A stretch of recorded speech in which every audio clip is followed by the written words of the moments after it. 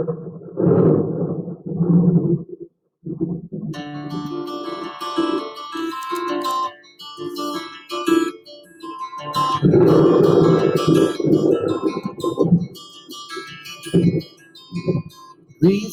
in the morning.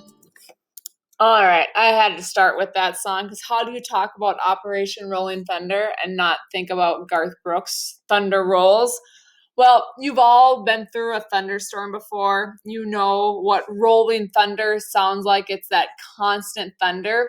So, after the Gulf of Tonkin resolution in 1964, President Lyndon B. Johnson is going to expand our involvement of not just having these advisors and start bombing enemy targets, but it's going to be like a continuous bombing campaign against North Vietnam. So this is going to be large scale.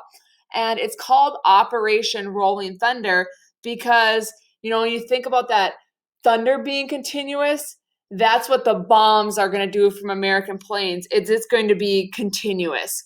So bomb, ba-bomb, ba-bomb, ba-bomb, North Vietnam. We're going to bomb military targets like airfields, army bases, bridges, roads, railways, power plants, anything that's going to help the Vietcong and North Vietnam. And there's going to be a main target, which there'll be a video clip for you on my YouTube playlist about the Ho Chi Minh Trail. The Ho Chi Minh Trail is named after their leader, Ho Chi Minh. It's going to be a supply route that's going to go through Laos and Cambodia. So the Viet Cong are going to sneak from North to South Vietnam by entering other countries to do so.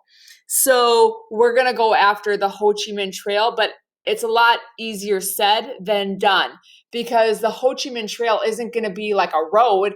It's going to be, they're going to go in and out of jungles, fields, they'll follow streams, all of that. So it's going to be really difficult.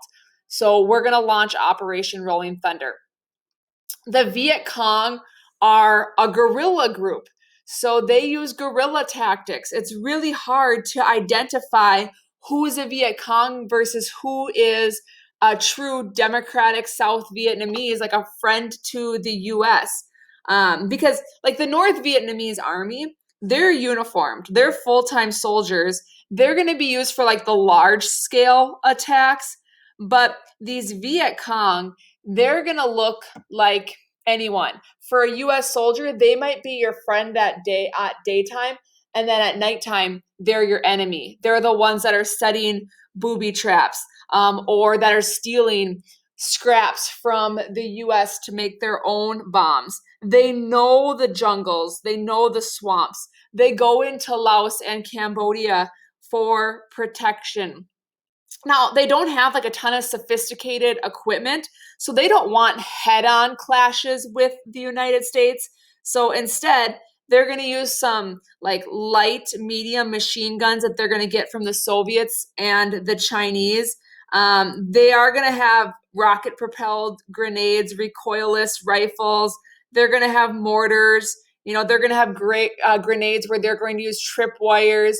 I'm going to put a video clip on on YouTube so you can see some of the types of booby traps that they created by using something that was very abundant for the Viet Cong or the Vietnamese, which was bamboo.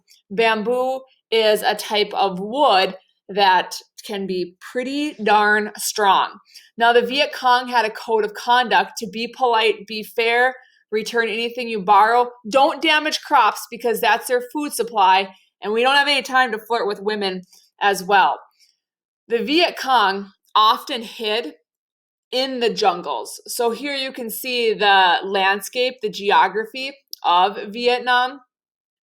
Something else with Vietnam is they had built tunnels when they were preparing to maybe rebel against the French. So under Vietnam, there's going to be miles and miles of tunnels. So we'll talk about that in our next video.